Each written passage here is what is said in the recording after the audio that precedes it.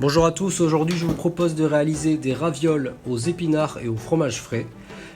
Pour la recette, il nous faudra 300 g de farine, de la farine pour fleurer pour notre abaisse, 3 œufs dont on va seulement récupérer le jaune, 2 grosses pincées de sel, 4 cuillères à soupe d'eau, voire plus selon la consistance de la pâte, et 2 cuillères à soupe d'huile de tournesol, ici une huile locale que j'ai sélectionnée. C'est parti.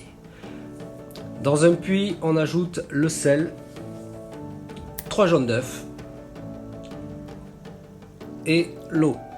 Ensuite, on vient y additionner 2 cuillères à soupe d'huile de tournesol. Je mélange cette pâte sans trop la travailler pour ne pas lui donner un côté élastique.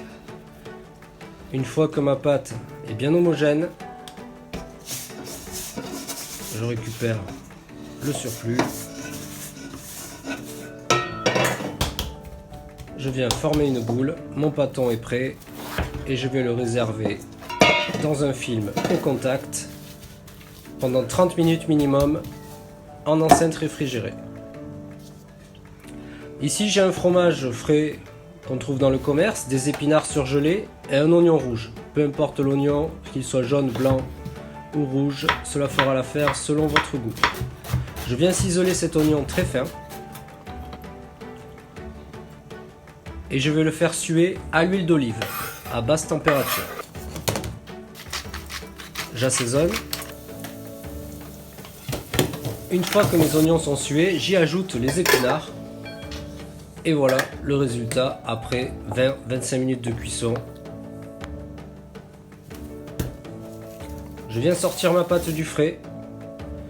Je fleure mon plan de travail et je vais commencer à l'abaisser. Pour cette recette, moi je vais utiliser un laminoir. Si vous n'avez pas de laminoir, vous pouvez aussi utiliser votre rouleau à pâtisserie jusqu'au bout. Et à défaut d'avoir un rouleau à pâtisserie, vous pouvez éventuellement utiliser un rouleau de papier film. Donc là, je viens rendre régulières mes lames à ravioles. Je prépare une dorure avec du jaune d'œuf et un petit peu d'eau.